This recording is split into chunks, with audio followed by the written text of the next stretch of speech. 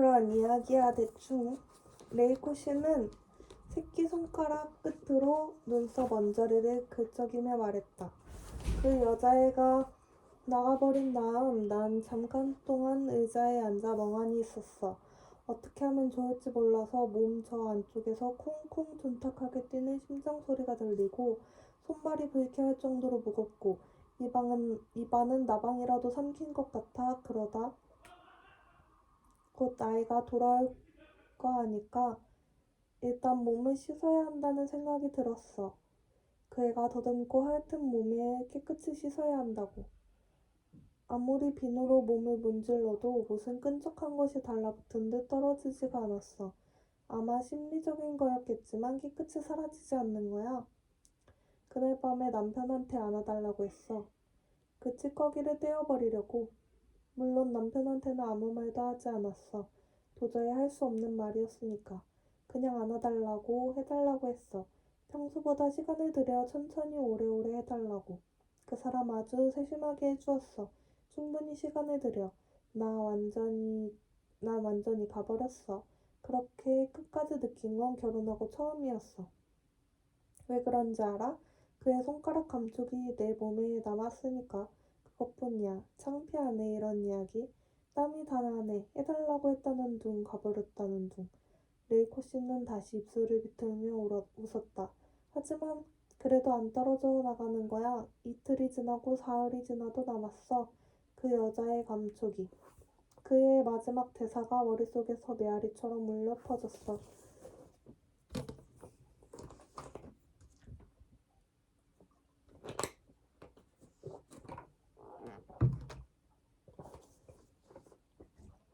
다음 주 토요일 여자애는 오지 않았어. 만약에 오면 어떡할지 난 콩닥콩닥 뛰는 가슴으로 집에 있었지. 아무것도 손에 잡히지가 않았어. 그렇지만 오지 않았어. 올 수가 없었겠지. 자존심 센 아이인데다 그런 분위기로 끝났으니까. 다음 주도 또 다음 주도 오지 않았고 한 달이 흘렀어. 시간이 지나면 잊어버릴 것이라고 생각했지만 잘 잊혀지지가 않았어. 혼자 집에 있으면 주변에 그 애의 기운이 떠도는 것 같아 안절부절 못하는 거야. 피아노도 칠 수 없고 다른 생각도 할 수 없고 올해도 손에 잡히지 않았어. 그렇게 한 달 정도 지난 어느 날 문득 깨달았는데 바깥을 걷다 보니 뭔가 이상해. 이웃 사람들이 묘하게 나를 의식하는 거야.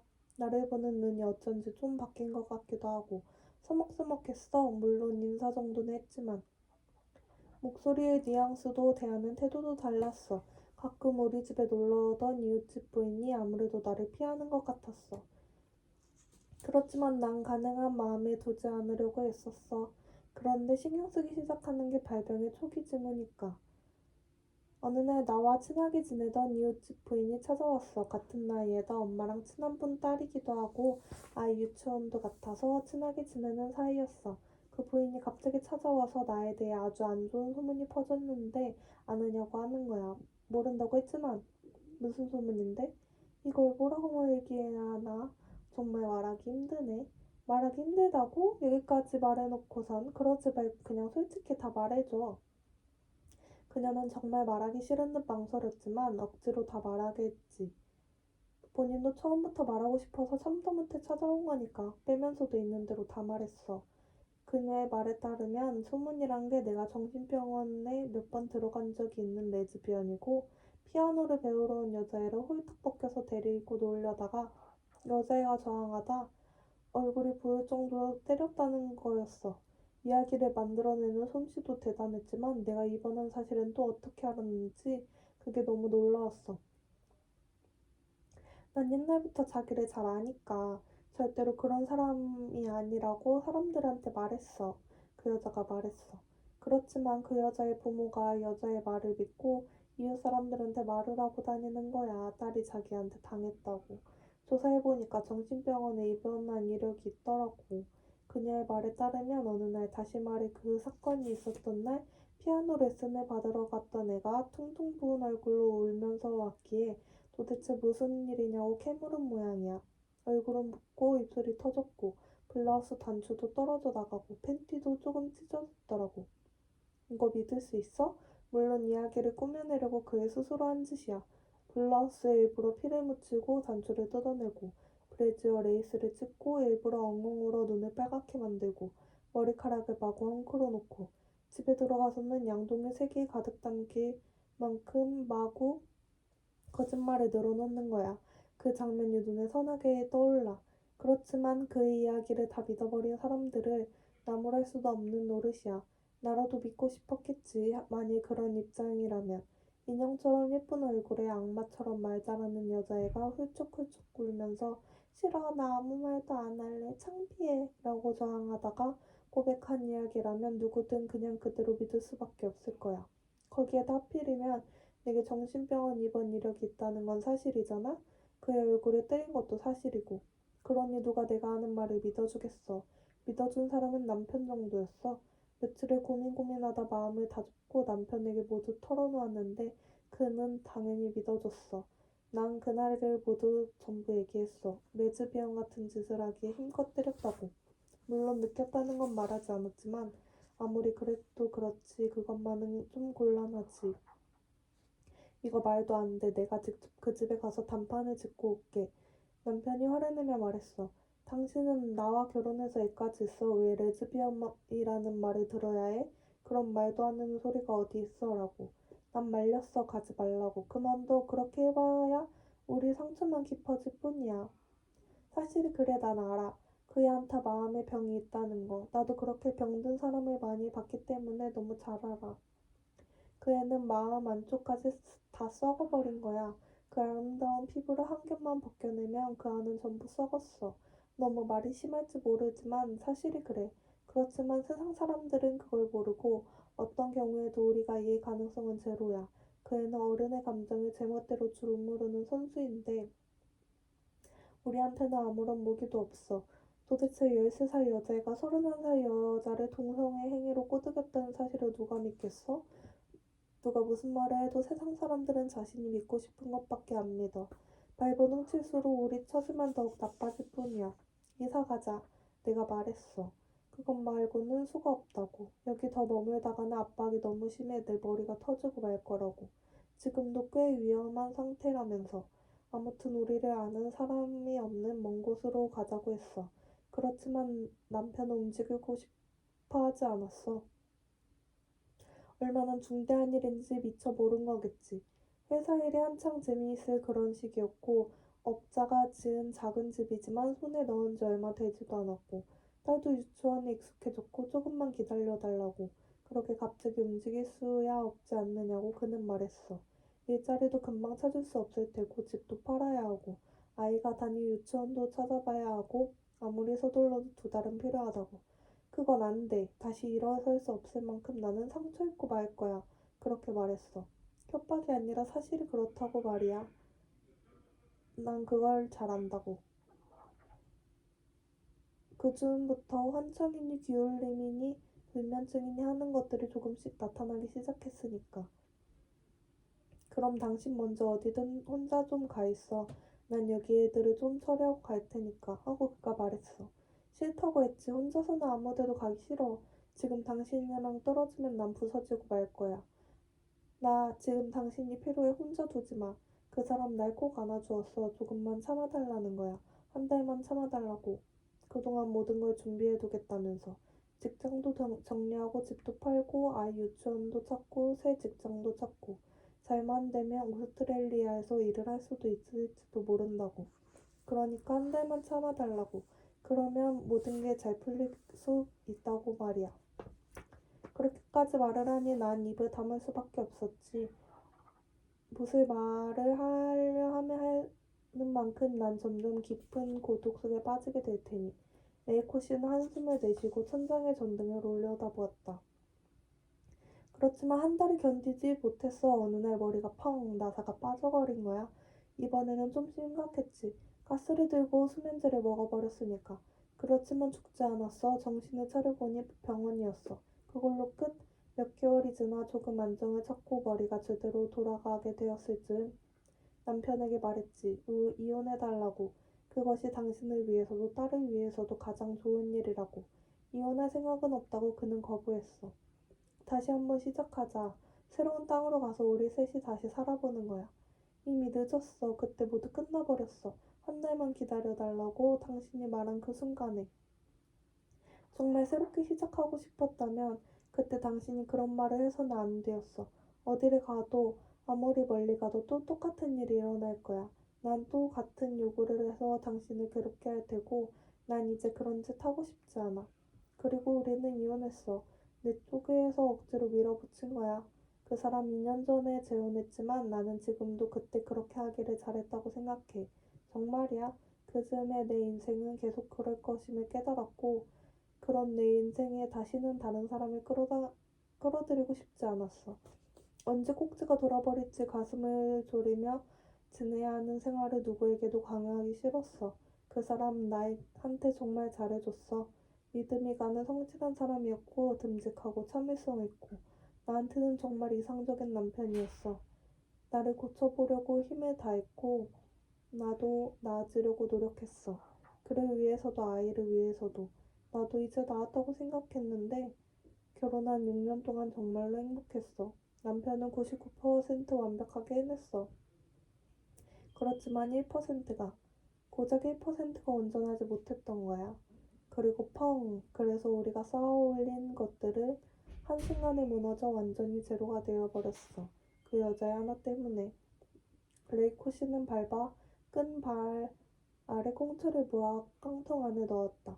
비참한 이야기지. 우리 그렇게 고생하면서 온갖 것들을 조금씩 조금씩 쌓아 올렸는데 무너질 때는 정말 눈 깜짝할 사이였어. 번쩍하더니 모든 것이 무너져 아무것도 남지 않았어. 레이코 씨는 자리에서 일어나 바지 호주머니에 두 손을 찔러 넣었다. 돌아가야지. 너무 늦었어. 하늘은 아까보다 더 어둡게 검은 구름에 덮여 달도 완전히 모습을 감추어버렸다. 이제는 나도 비 냄새를 맡을 수 있었다. 그리고 손에 든 봉지 속에 싱싱한 포도향이 거기에 뒤섞였다. 그래서 나는 좀처럼 이곳을 떠날 수 없어. 여기다가 바깥 세계를 접하는 게 두려워. 사람들을 잔뜩 만나 생각을 잔뜩 해야 한다는 게 두려워. 그 마음 잘 알 것 같아요. 그렇지만 레이코 씨는 할 수 있을 거예요. 바깥에 나가서도 꿋꿋하게 해나갈 수 있을 거라고 믿어요. 레이코 씨는 신고 두슬 뿐 아무 말도 하지 않았다. 나오코는 소파에 앉아 책을 읽고 있었다.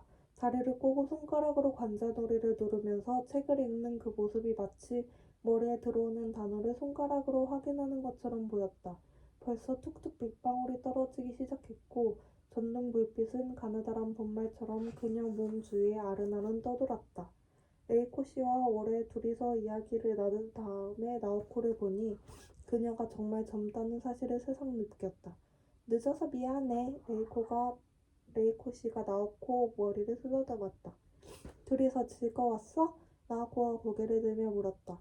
물론, 레이코 씨가 대답했다. 뭘 했어, 둘이서? 나오코가 나에게 물었다.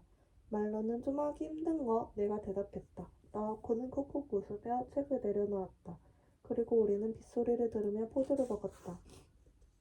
이렇게 비가 내리면 마치 이 세상에 우리 세 사람밖에 없는 것 같은 느낌이 들어. 비만 계속 내리면 우리 세 사람도 언제까지나 이렇게 있을 수 있을 텐데. 그리고 너희 두 사람이 안고 있을 동안 난 눈치 없이 노예처럼 자루가 긴 부츠를 들고 휙휙 부츠질을 하거나 기타로 백뮤직을 연주하거나 그래야 하잖아? 싫어 그런 거. 가끔 빌려줄게. 나오코가 웃으며 말했다. 아, 그러면 나쁘지 않네. 비 안 내려라.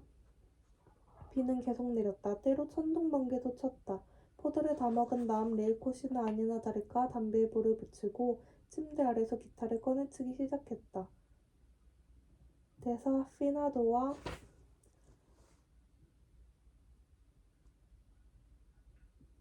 The Girl from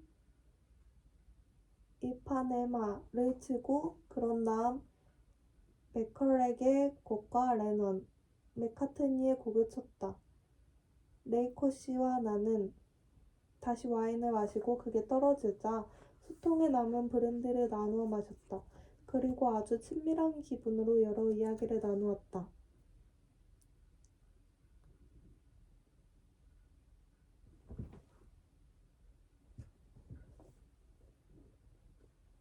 이대로 비가 계속 내리면 좋을 텐데 하고 생각했다. 또 와줄 거지? 나오코가 내 얼굴을 바라보며 말했다. 물론 올게. 편지도 쓸 거지? 매주 쓸게. 나한테도 좀 써줄래? 레이코 씨가 말했다. 좋죠. 쓸게요 기꺼이. 11시가 되어 레이코 씨가 나를 위해 어젯밤처럼 소파를 눕혀 침대를 만들어 주었다. 우리는 잘 자라는 말을 하고 전깃불을 끄고 잠자리에 들었다. 나는 잠이 잘 오지 않아 배낭에서 손전등을 꺼내 마의 산을 읽었다. 12시 조금 전에 침실 문이 살짝 열리더니 나오코가 다가와서 내 옆으로 파고들었다. 어젯밤과는 달리 나오코는 평소와 같은 나오코였다. 눈도 흐릿하지 않았고 동작도 활기에 넘쳤다. 그녀는 내 귀에 입을 대고 잠이 안 와 어쩐지 라고 속삭였다. 나도 마찬가지라고 말했다. 나는 책을 내려놓고 손전등을 끈 다음 나우코를 끌어안고 입에 맞추었다. 어둠과 빗소리가 부드럽게 우리를 감쌌다. 레이코 씨는 괜찮아. 푹 잠들었으니까 저 사람. 한 번 잠들면 절대로 안 일어나. 정말로 다시 만나러 가줄 거야? 올게. 내게 아무것도 못 해줄 텐데도 나는 어둠 속에서 고개를 끄덕였다. 나오코의 젖가슴 형태가 그냥 그대로 내 가슴에 와닿았다. 어깨에서 등으로 그리고 허리로 나는 천천히 몇 번이나 손을 움직여 그녀의 부드러운 몸선을 머릿속에 새겼다. 잠시 그렇게 다정하게 서로를 껴안고 있다가 나오코는 내 이마에 입을 맞추고 스르륵 침대를 빠져나갔다. 나오코의 옅은 푸른색 가운이 어둠 속에서 마치 물고기처럼 흐느적거렸다. 잘 가 하고 나오코가 낮은 목소리로 말했다. 그리고 빗소리를 들으면서 나는 조용히 잠에 빠져들었다. 아침이 되어도 비는 그치지 않았다. 어젯밤과는 달리 눈에 보이지 않을 만큼 가느다란 가을비였다. 우릉덩이에 파문과 처마를 따고 떨어지는 빗방울 소리로 비가 온다는 것을 겨우 알 수 있을 정도였다. 눈을 떴을 때 창밖에는 희뿌연 안개가 헷갈렸고 태양이 떠오르자 안개는 바람에 휩쓸려 숲과 산 능성이 조금씩 모습을 드러냈다. 어제 아침처럼 우리는 셋이서 아침을 먹고 그런 다음 세계장을 돌보러 갔다. 나오코와 레이코 씨는 후드가 달린 노란색 비닐 비옷을 입었다. 나는 스웨터 위에 방수 윈드 브레이커를 입었다. 공기는 눅눅하고 차가웠다. 새들도 비를 피하려는 듯 세장 구석 쪽에 조용히 모여 있었다. 춥네요. 비가 내려서 내가 레이코 씨에게 말했다. 비가 내리고 나면 조금씩 추워져. 그러다 어느새 겨울이 돼버리지. 바다에서 다가온 구름이 이 부근에서 눈으로 떨어졌다가 저편으로 옮겨가는 거야. 새들은 겨울에 어떻게 해요? 물론 실내로 옮기지. 자기. 새들은 봄까지 냉동시켜 두었다가 눈 속에서 판에 해동한 다음 자 여러분 밥 먹자. 뭐 그럴 줄 알았어? 내가 손가락으로 철조망을 두드리자 앵무새가 날개를 퍼득거리며 바보 새끼 고마워 미친놈 하고 외쳤다. 저거 당장 냉동해버리고 싶어. 나오코가 울적한 목소리로 말했다. 매일 아침 저 소리를 듣다 보면 정말로 미쳐버릴 것 같아. 세장 청소가 끝나고 우리는 방으로 돌아와 나는 짐을 챙겼다. 두 사람은 농장으로 갈 준비를 했다. 우리는 같이 건물에 나서서 테니스 코트 조금 앞에서 헤어졌다. 두 사람은 길을 오른쪽으로 꺾어들고 나는 곧장 앞으로 나아갔다. 두 사람이 안녕 하고 손을 흔들었다. 나도 안녕 하고 손을 흔들었다. 또 보러 올게 하고 나는 말했다. 나코는 미소를 머금고 모퉁이를 돌아 사라졌다. 정문에 이르기까지 몇 사람과 스쳤는데 모두 나오코와 레이코 씨처럼 노란 비옷을 입고 머리에 후드를 뒤집었었다. 비 때문에 모든 것이 선명해 보였다. 땅은 시커멓고 소나무 가지는 선명한 녹색이고 노란 비옷에 몸을 감싼 사람들은 비 내리는 날에만 땅바닥을 떠도는 특수한 영혼처럼 보였다. 그들은 농기구니 바구니니 포대 같은 것을 들고 소리도 없이 지면 위를 움직여 갔다. 경비는 내 이름을 기억하고 나갈 때 방문자 리스트에 내 이름에 동그라미를 쳤다. 도쿄에서 오셨군요. 노인은 내 주소를 보고 말했다. 나도 한 번 간 적이 있는데 거기 돼지고기가 참 맛있지요. 아 그렇습니까? 나는 영문도 모른 채 적당히 맞장구 쳤다.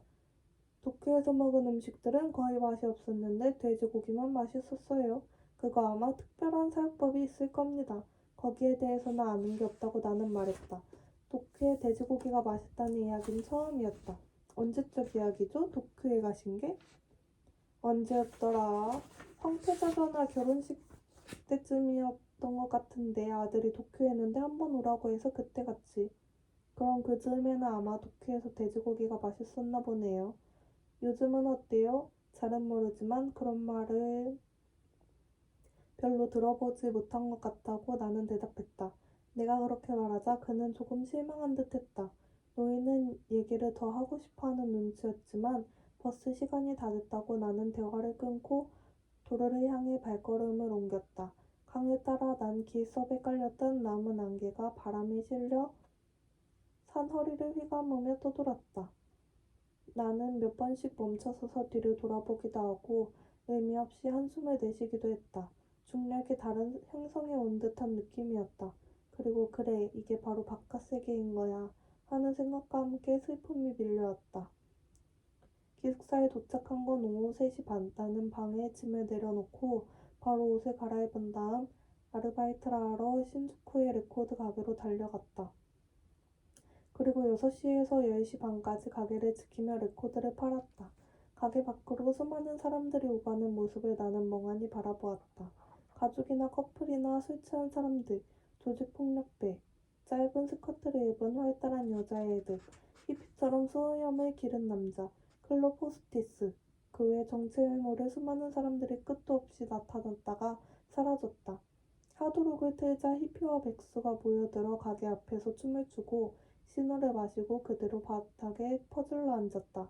그러다 보니 토니 베넷의 음악을 걸자 그들도 어딘가로 사라져버렸다. 가게 옆에는 성인 용품점이 있어 졸린 눈을 한 중년 남자가 이상한 용품을 팔았다. 누가 뭘 위해 그런 것을 필요로 하는지 나로서는 짐작도 가지 않았지만 가게는 꽤 성황인 것 같았다. 가게 대각선 방향 골목길에서는 술을 너무 많이 마셔든 학생이 토하고 있었다. 그 건너편 게임센터에는 이웃 음식점 주방장이 현금을 걸고 빙고 게임을 하며 휴식 시간을 죽였다. 거무스름한 얼굴의 노숙자가 문 닫힌 가게 앞에 꼼짝도 하지 않고 웅크리고 앉았다. 흐린 핑크 립스틱을 바른 어디를 보나 중학생인 듯한 여자가 가게 안으로 들어가 롤링스톤즈의 점핑 잭 플러시를 좀 틀어주겠냐고 했다. 내가 레코드를 들고 틀자 그녀는 손가락을 튕기며 리듬을 타고 허리까지 흔들며 춤을 추었다. 그러더니 담배 한 대를 줄 수 없느냐고 했다.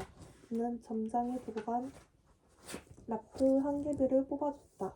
여자애는 그걸 맛있게 피우더니 음악이 끝나자 고맙다는 인사도 없이 나가버렸다. 15분 간격으로 구급차인지 순찰차인지 사이렌 소리가 들렸다. 똑같이 엉망으로 취한 회사원 셋이 공중전화를 거는 긴머리 예쁜 여자애를 향해 몇 번이나 보지 라고 외치며 크크대고 웃었다. 그런 광경을 보고 있자니 점점 머리가 혼란스러워져 뭐가 뭔지 도무지 알 수 없는 지경에 빠지고 말았다. 도대체 이건 뭘까? 대체 이런 광경들에 무슨 의미가 있을까? 점장이 식사를 하고 돌아와 어이 와타나베 그저께 저기 부티크 여자애하고 한방했지 하고 말했다. 그는 근처 부티크에서 일하는 여자애를 전부터 찍어뒀는지 가끔 레코드를 선물하곤 했다. 그거 잘 됐네요. 하자 그는 처음부터 끝까지 그 과정을 자세히 이야기해 주었다. 여자랑 하고 싶으면 말이야. 하고 그는 의기양양해서는 가르쳐 주었다. 무조건 선물을 하는 거야. 그런 뒤 무작정 술을 권해서 취하게 만들어야 해. 자꾸자꾸 무조건. 그 다음은 그냥 하면 돼. 간단하지? 나는 혼란스러운 머리를 부여잡고 정차를 타고 기숙사로 돌아왔다. 커튼을 치고 불을 끄고 침대에 눕자 지금이라도 나오코가 옆으로 파고들 것 같은 느낌에 사로잡혔다. 눈을 감자 그 부드럽게 부풀은 가슴이 느껴지고 속삭이는 목소리가 들리고 몸의 선이 생생히 두 손에 닿아왔다. 어둠 속에서 나는 다시 나오코의 그 작은 세계로 돌아갔다. 나는 초원의 냄새를 맡고 밤의 빗소리를 들었다. 달빛 아래에서 보았던 벌거벗은 나오코를 떠올리고 부드럽고 아름다운 몸을 노란 비옷에 감싼 채 세장 청소를 하고 채소를 돌보는 광경을 떠올렸다. 나는 발기한 페이스를 보여줬고 페니스를 보여줬고 나오코를 생각하며 사정했다. 사정해버리자 내 머릿속의 혼란도 조금 가라앉았지만 잠은 오지 않았다. 지독하게 피곤하고 눈꺼풀이 그냥 내려앉는데도 왜 잠들 수 없는 건지. 나는 일어나 창가에 서서 정원의 국기 개양대를 잠시 멍하니 바라보았다. 깃발이 매달리지 않은 하얀 깃대는 마치 밤의 어둠을 찌르는 거대한 뼈처럼 보였다. 나오코는 지금쯤 뭘 하고 있을까? 물론 잠들었을 것이다. 저 작고 이상한 세계의 어둠에 감싸여 깊은 잠에 빠졌을 것이다. 그녀가 괴로운 꿈을 꾸지 않도록 나는 기도했다.